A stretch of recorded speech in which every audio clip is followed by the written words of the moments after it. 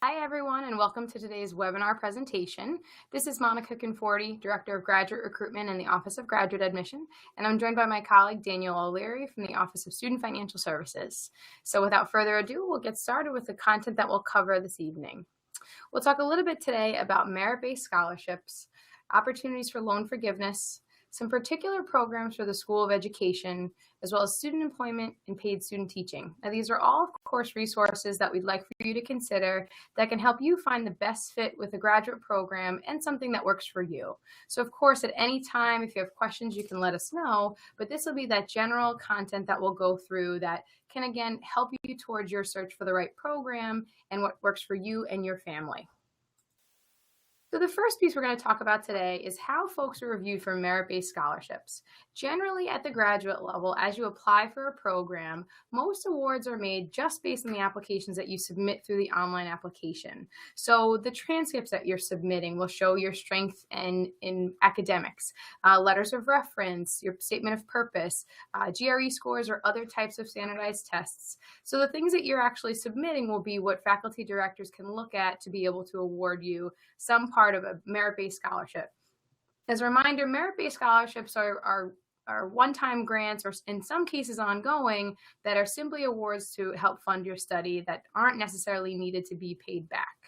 You'd find out about these awards through your initial acceptance to the university, though I do want to stress that there are cases where some faculty or departments may look out for additional means of application for additional awards, or they may follow up. But for the most part, again, folks are looking at the application materials that you've submitted for a particular graduate program.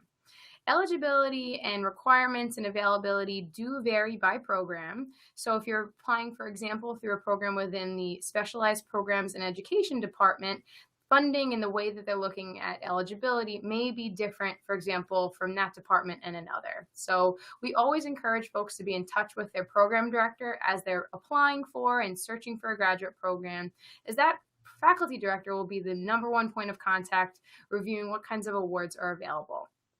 We also always encourage folks to look out for different types of external resources for funding, and we'll talk a little bit more about that later. So this link here on this page, hofstra.edu/SOE scholarships, has a listing of various types of merit-based scholarships, as well as highlights on the rest of the programs that we'll talk through. So again, this is just some general information about how folks will qualify for merit-based aid as they're applying for graduate programs.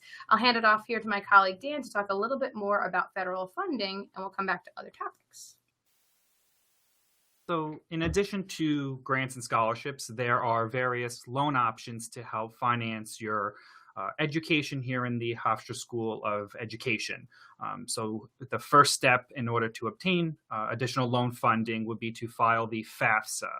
There was a major change to the FAFSA this year in that the FAFSA is available earlier now. So instead of waking up on New Year's Day to file your FAFSA on January 1st, it's now available as of October 1st.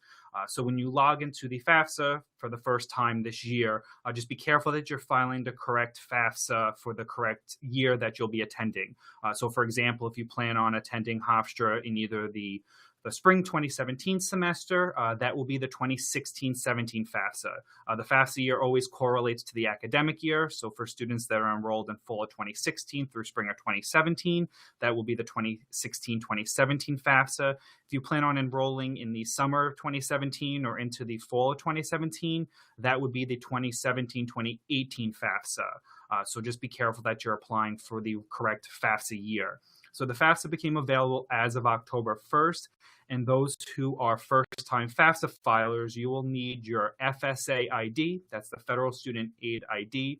It's a username and password that's specific to your biographical information and your social security number. That is how you log into the FAFSA. If you need to log into any government websites, that FSA ID will stay with you throughout your time in graduate school. So that will be the ID that you always reference to log into the FAFSA or any other government website. So if you haven't created your FSA ID yet, you can log into studentaid.gov/FSA ID. If you try to log into the FAFSA, there will also be a link to the FSA ID. I'm stressing so much about the FSA ID because it has changed over the last couple of years. So if you have filed the FAFSA before, but you filed it previously prior to May 2015, you might recall logging in with your PIN number. That has changed as of May 2015. So instead of logging in with your PIN number, you'll need an FSA ID to log in. So it's easy to set up. Just follow the steps on studentaid.gov/FSA ID to set up your FSA ID and log in and successfully submit the FAFSA. Hofstra school code is 002732. So you can enter that number when filing the FAFSA, or you could just search for us by geographical location. Once you do file your FAFSA, it will take about 3 to 5 business days to have that application processed by FAFSA. So you'll receive one email confirmation that the FAFSA was successfully submitted, and then within 3 to 5 business days, you'll receive another email stating that your FAFSA was successfully processed. Depending on the time of year, it could take up to 7 business days for our office to receive that information and process a financial aid award. So if you filed the 2017-2018 FAFSA for either the summer or fall of 2017, we should start to send communication maybe by mid-January, early February regarding your financial aid eligibility. If you are taking summer classes, definitely get in touch with us.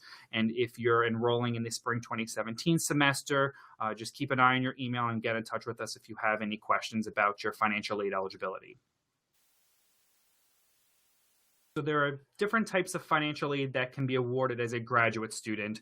And by filing the FAFSA, your eligibility is for federal student loans.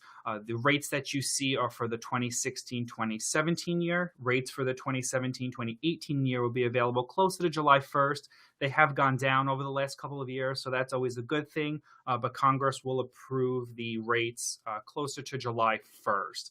As a graduate student, you are eligible for a federal unsubsidized Stafford loan. That is the Stafford loan eligibility that graduate students are eligible for. And that can be up to $20,500 annually. So if you need any additional assistance, the Graduate Plus loan is another financing option.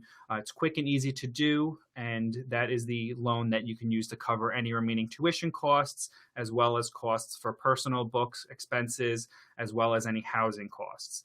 Other than federal loans, there are some various companies, banks, or private lenders that service education loans. So if that is something that you're interested in doing, there is a link which we'll give in a little bit to private student loans. But the main difference between private loans and federal loans is that the terms and conditions for private loans are not set forth by the federal government. So these are private companies. It's their business to service education loans. So their terms and conditions could be variable. Their repayment options could be variable. And of course, their interest rates could be variable. So you might be able to get a great competitive interest rate on a private loan compared to federal loans. But you want to be careful to make sure that all the terms and conditions are something that would work for you. And then, of course, there are different scholarships and grants that might be available through the university itself or through different outside resources, and those links will be available in a couple of slides. To dive into the federal Stafford loan program a little bit more in depth, so if whether or not you've borrowed federal loans before, if you file the FAFSA and if you have undergraduate loans, as long as you're in good standing on those undergraduate loans, the unsubsidized Stafford loan the FAFSA is essentially the application for the Stafford loan. So by filing the FAFSA, our office will receive that information. And unlike undergraduate, where the income might determine what types of loans you're eligible for, as an independent graduate student, the income is not taken into account when determining your Stafford or federal loan eligibility. That is a common question we get. What if my income changed? What if my situation is different? As a graduate student, you don't have to worry about that. Your federal loan eligibility will be the same regardless of your financial situation and regardless of your year in the graduate program. So unsubsidized Stafford loans, the interest on those loans do accrue while you're in school, but there are payment and deferment options available. So if you do receive an unsubsidized Stafford loan, a deferment will be automatically put in place to you as long as you're enrolled at least half time. So you don't have to worry about making any payments. If you do have undergraduate loans, your loans as an undergraduate can be deferred also while you're enrolled in graduate school. So as we mentioned, graduate students are eligible to borrow up to $20,500 per academic year. So that can be confusing at times because if students are enrolled in the fall and spring semesters, they can receive $10,250 per semester. But then if you're enrolled over the summer, at least half time, you will be eligible for additional Stafford loans. So the $20,500 isn't your limit for the calendar year, just the year that you're enrolled in school. There is a loan fee assessed for the Stafford loan program. It's a little over 1%. So if you see your loan as $10,250, but the amount that paid towards your bill is $10,141, just note that's the reason why the amount is a little bit less. For those who have borrowed Stafford loans as an undergraduate, the aggregate limit cannot exceed $138,500. So just make sure that as you're applying for graduate loans, that compared to how much you borrowed as an undergraduate, there is a limit of how much you can borrow over the course of your education. Repayment on the Stafford loans begins 6 months after graduation, but it's also important to note that students must be half-time in order to receive federal loans, and students must be half-time in order to keep their loans in deferment if that's an option that you wish to use. So for graduate students, the half-time status is 4.5 credits. 9 credits is a full-time student here in the graduate school. So 4.5 credits is the benchmark that you need to be enrolled in each semester, and to keep your loans in deferment, 4.5 credits. So repayment begins 6 months after you complete your graduate degree. And if there's for any reason you need to take a leave of absence, you leave school, or if a class is dropped and you're only registered, say, for 3 credits in one class, just note that you do lose that deferment period. So keep that in mind as you're registering for classes each semester. So in addition to the graduate, the unsubsidized Stafford loan, the Federal Graduate Plus loan is another option to finance your graduate education. There is a credit check performed by the Department of Education for a Graduate Plus loan. It's a little bit more lenient than private lenders. You just have to make sure that you do not have an adverse credit history when applying for the Graduate Plus loan. And this is a loan that can be used to cover any remaining costs that you have. So if the Stafford loan does not cover your full tuition, the Graduate Plus loan can be used to cover any remaining costs. If you're living on campus, off campus, you have commuting expenses, the Graduate Plus loan can be used for any costs that you may have. There is no aggregate limit, but the annual limit is your cost of attendance minus any other financial aid received, including Stafford loans. Repayment, just like the Stafford loan, begins 6 months after you graduate or you become enrolled less than half time. And the rates are a little bit different than the Stafford loan. The interest rate is a little bit higher on this loan, and the loan fee is a little bit higher. So when you're comparing private loans to federal loans, the loan fee is something you want to think about when you're exploring all the different loan options. So finaid.org is a great resource to explore any alternative or private loan options. Just like the Graduate Plus loan, the annual limit is usually up to your cost of attendance after any other financial aid is accounted for. Interest rates could be variable, so you might receive a really great interest rate, and after a couple of years, the interest rate could increase. So just be careful about whether or not the interest rate is variable. All federal loans, the interest rate is fixed based on that specific year. Private loans could be fixed, but it might be higher. And if it's variable, it could go up depending on the time of year and all the different rates that are available.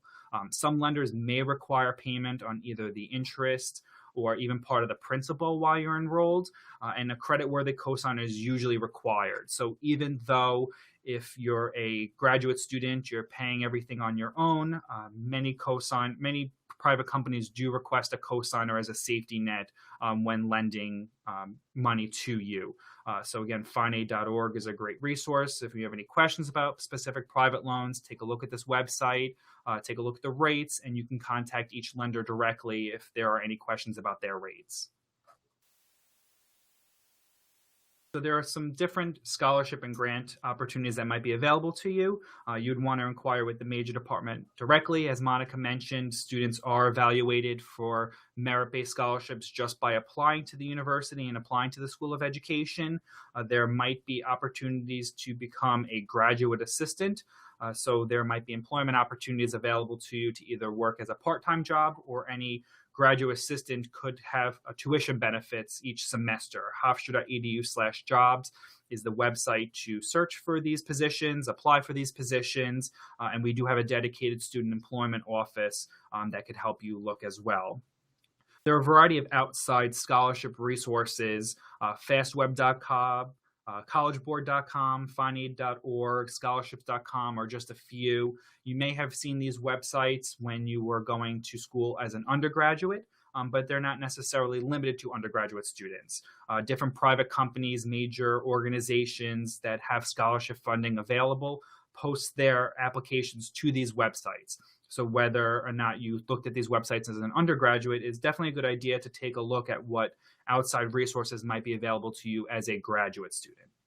And I also want to echo what Dan's saying here is that being proactive and looking at these outlets is definitely to your benefit. So as you go through each of these slides with us to learn about what options are available, again, a lot of that exploratory research can only be to your benefit. So this is a snapshot of the cost for the 2016-2017 academic year. Rates for the 2017-2018 year will be available over the next couple of months and then finalized closer to the summer. So as a graduate student, tuition is billed based on the amount of credits you're registered for. So the more credits you register for, the higher the cost. The less credits you're registered for, the lesser the cost. There is no flat rate for graduate students. So make sure that you're keeping in touch with your department advisor to make sure you're on track for graduation. And if you're relying on federal funding to finance your education, that you're always enrolled at least in 4.5 credits. So there are different types of housing options available to you. If you are interested in living on campus, we do have a designated graduate residence hall, and we do have different dining plan options available to you. So the average cost to live on campus is listed here. It was $17,712, and that's the fall and spring semester, including a dining plan for the 2016-2017 year. Full-time tuition for the fall and spring semesters is $22,900 this year. And as you see, by filing the FAFSA, you'll receive a financial aid award package that is available to view online that will include other estimated costs that you might typically have when going to graduate school. So there's going to be book expenses, different transportation expenses. We never bill you for any of these expenses. So if you're not looking to borrow above what your tuition is, if you're only looking to borrow what you need, then don't worry, we're not going to bill you for books. That is an expense you can definitely pay for on your own. But as a graduate student, you might need a little bit of extra funding up front to help pay for any expenses that you have along the way. So we refer to that as your budget. It's your cost of attendance for the year, and that will help determine how much money you can borrow. So it'll give you an idea of what the tuition is, what the fees are, as well as any room and board expenses. But if you're looking to help pay for money to live off campus, you can definitely include that into the loan amount that you can use each year in order to pay for your expenses throughout the semester. So when you think of your budget, just think of it as more as how much financially can you receive that year. It's not necessarily what your actual cost is going to be. It all depends on how many credits you're registered for and what your housing plans are for that year. And one thing that's quite common, we find very important and a great draw for the School of Education is that every student has a faculty advisor. So there's someone dedicated to you to make sure that your plan of study from start to finish works for you with this kind of information in mind. So if you're thinking, well, how many credits will I take? It'll depend on program and what works for you. In the School of Education, our graduate programs do have a bit of flexibility between those looking to go part-time, full-time, when it makes sense for you to ramp up, when do you have to accommodate for different types of placement hours. So that's all a part of this larger conversation. And as Dan had mentioned, this is kind of one snapshot of what you could be using aid for. And also, in addition to your own faculty advisor, you also will have a designated student financial services counselor. So myself and Taylor are the counselors assigned to graduate students. So if your registration changes and you want to make sure that your bill is in order, or if your housing plans change, definitely just get in touch with us so we can evaluate what your bill is, what your loan eligibility is, to make sure that you're receiving all the funding you need to pay for every expense that you have. In addition to loans, there is an in-house payment plan option available to you. The best payment plan that we offer is a 10-month annual plan. So enrollment typically begins in mid to late May for the annual plan, and that allows you to spread out your fall bill over the course of 5 months through October, and then beginning in November, spread your spring bill out over another 5 months through March. That's the best payment plan we offer. It's the most financial plan for you, as the fees are a little bit less for that plan. So the earlier you enroll, the less you'll end up paying in the fee to set up a payment plan. But we do have a 4-term plan available to you if the annual plan isn't something that works for you, or you're entering just in the spring semester. We do have a term-based plan where you can extend your payments up to 4 months per semester. So both of these options are available to you. You can get in touch with us to make sure that you're setting up a payment plan for the correct amount.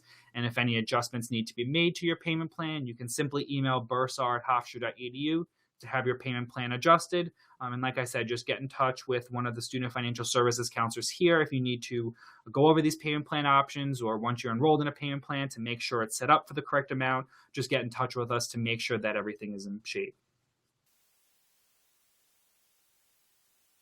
So just to sum up, the timeline to consider when you're applying for financial aid, it really depends on the semester that you're looking to start here at Hofstra. So the FAFSA is available after October 1st every year, no longer January 1st. So right now, the 2016-2017 FAFSA is available, as well as the 2017-2018 FAFSA. You want to make sure that you're submitting the FAFSA maybe about a month before your semester starts. It doesn't hurt to submit it several months in advance. This way you can wait on us for additional information and give you the next steps that you need to do. So applying for the FAFSA as early as possible is definitely best. This way we can get you the information you need to as early as possible. And I want to jump in here too, that most people ask this question of, well, do I have to wait till I'm accepted? And actually you don't. So you can certainly apply for FAFSA prior to being accepted to a program, though it is important to note that you once receive an acceptance, that's really when financial aid can give a bit more detailed information for you. So I would just encourage folks, don't hold off if this is something that you're interested in. As Dan mentioned, the earlier the better. And while the difference between undergraduate and graduate financial aid is significantly different, one of the benefits to graduate financial aid is that it's a little bit more simplified. So your eligibility between schools is the same for federal aid. Of course, it depends on the cost of the school, the location of the school, but the information should pretty much be the same. So you can list up to 10 schools on the FAFSA. So even if you're interested in applying to Hofstra, maybe haven't submitted your application yet, you can do both applications at the same time or one after the other. Just make sure you get in touch with us before the semester starts to make sure that everything's in order. So I would recommend applying for loans at least 2 to 3 weeks before the bill is due. As we mentioned earlier, it could take several business days for your FAFSA to process. This is the same with loans. So we receive loans and process them in the order that they're received. So definitely make sure that you're applying for loans at least 2 to 3 weeks before the bill is due. When you do file your FAFSA and we're in the process of awarding financial aid, you'll receive an email notification directing you to the Hofstra portal to accept your federal loan eligibility. So you want to file the FAFSA every year to receive your loans, and you also want to accept your federal loans every year. There are 2 one-time requirements for the Stafford loan. That is completing an entrance counseling and a master promissory note. So the FAFSA is essentially the application for Stafford loans, and then the entrance counseling and master promissory note are 2 one-time requirements that you'll need to complete in order for us to process any Stafford loans. The Graduate Plus loan has a Direct Plus application available at studentloans.gov. If you're using the Plus loan each year, make sure you do submit a new application every year. And the Master Promissory Note is a one-time requirement for that. So there are 2 promissory notes if you're using both federal loans. There's a Stafford Master Promissory Note, and then there's the Graduate Plus Master Promissory Note. The fall semester payment is due the first week of August every year. We typically begin billing sometime in mid-June. And then the spring semester bill is due the first week of January every year, and we begin billing about mid-November. So if you're on a payment plan, we can help you set up the payment plan amount you want.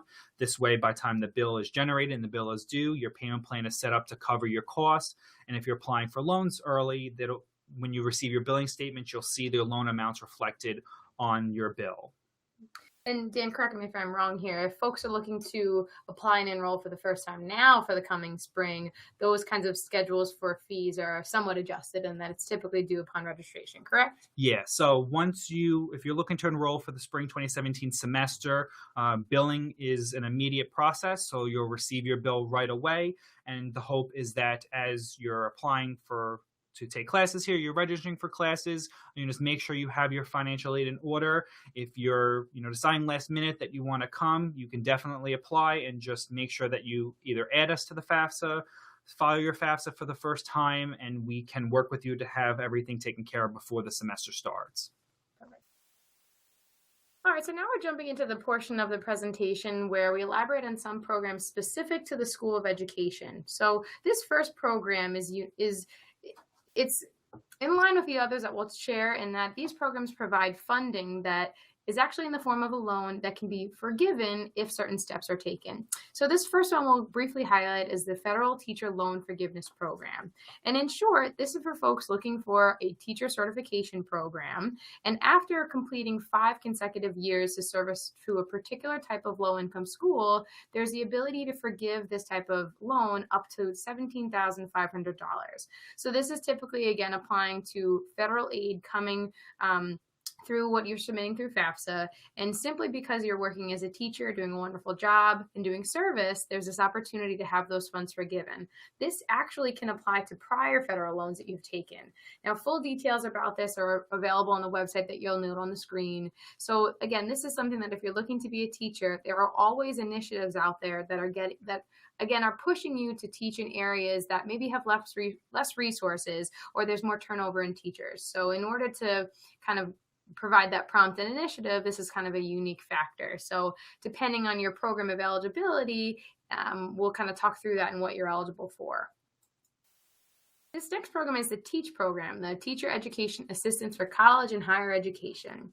The TEACH program is similar to the former program in that this provides funding that can then it's funding in the form of a loan that can then be forgiven. So the caveat here is that you need to be in a program that serves a shortage area in teaching. So those that are bulleted on the screen are areas of teachers that are constantly in demand. So each of those that you see are national listings. So math, science, any sort of language acquisition, foreign language, teaching English to speakers of other languages, bilingual education, which is essentially teaching a topic in 2 languages, any area of special education, literacy, or some folks might know that as a reading specialist, any area in the United States, if you're enrolling in a graduate program that leads to this kind of a specialty, can benefit from this program. You'll notice this last bullet on the screen also talks about areas by state. So each year this kind of listing is given out, and so New York has its own number of programs that complement this. So in addition to those that you see, there are other programs at Hofstra that would allow you to qualify.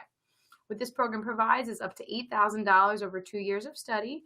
And in order to forgive the need to repay this program, you would provide 2 years of service per year of an award. So most graduate programs that offer a teacher certification can be completed in about 2 years. So that means if you're taking Teach grants for 2 years, that means 4 years of study following graduation. So that means working in one of many low-income schools and districts, and most commonly in this area, all 5 boroughs of New York City cover this, as well as about 11 to 13 districts on Long Island. And again, that definition of high needs is really reflecting upon low-income schools. So this is one option. You can always contact our office for an up-to-date listing of which actual schools themselves qualify.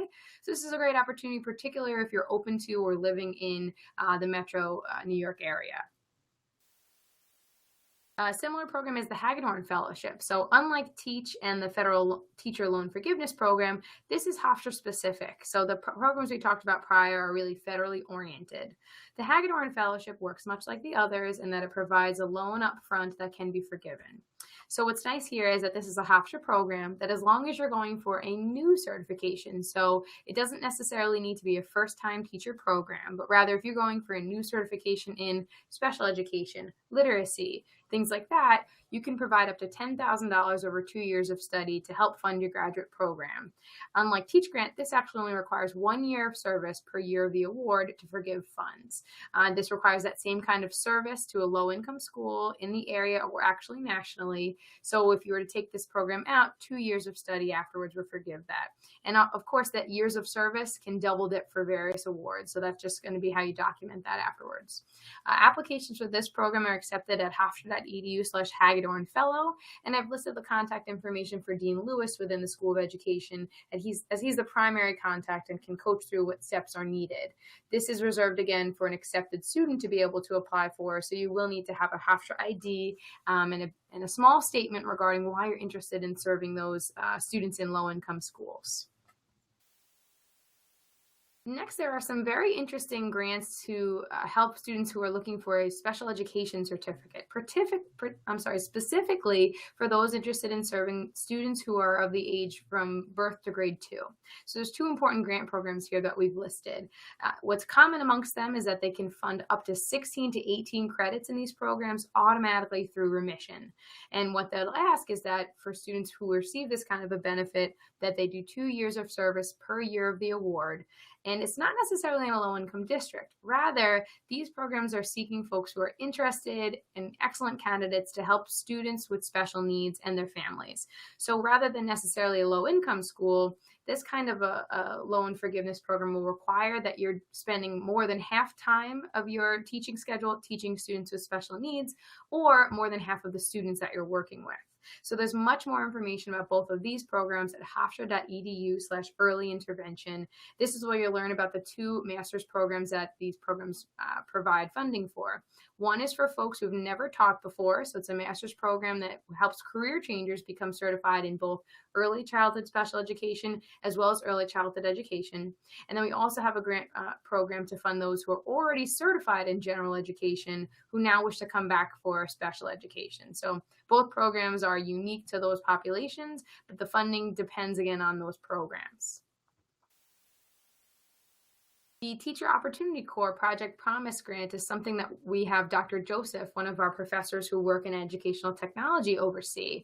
And this is something that it's not necessarily loan forgiveness like the others, rather it's a scholarship opportunity. So it's intended for folks going for a certification at either the elementary or secondary level.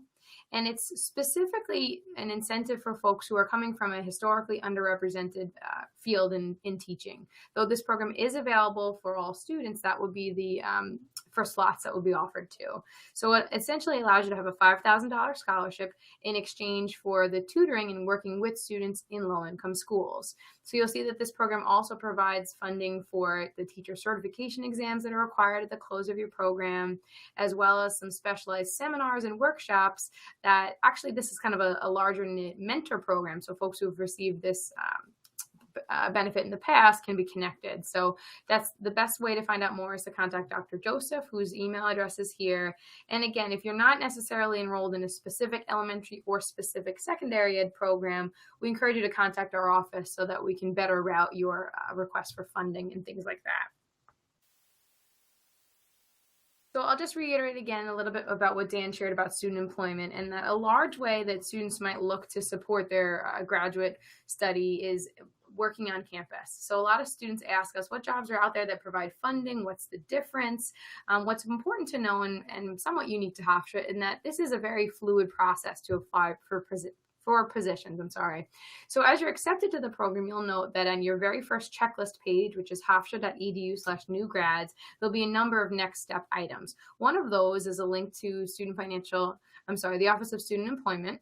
And that's where they'll list all campus jobs. And so Dan already alluded to that link as well. You'll see positions that are for all students, those that might be reserved for those who qualify for federal work study, some that are maybe just for undergraduates, just for graduates. And then that big one that most folks compete for is graduate assistantships. Normally assistantships are those that have some kind of tuition or mission associated with it, whether it be 6 to 9 credits per semester. So this is automatically a consistently updated listing so that once you've been accepted, you can see them and apply for them. Some positions will require that you first register in order to interview, whereas others understand that as an accepted student, you might be eligible to apply. So I always encourage folks, much like looking at external scholarship resources, to check this link often. So if you have the flexibility to work on campus for a certain number of hours per week, check this out. They're very much limited and competitive, but can be very helpful and allow you to be here as a full-time student while working in an office like admission, career services, etc. And for students in the School of Education, those can be very relevant positions as you're working with and assisting students from a variety of backgrounds and all through the spectrum of students here at Hofstra. As I mentioned earlier, these do have varying levels of compensation, whether they be an hourly position, stipend-based, or those that also provide tuition or admission, and lots of that detail is available right there on the page. Typically, applying for these are simply in the form of sharing a cover letter, reference, and resumes to an email address of an employee here on campus.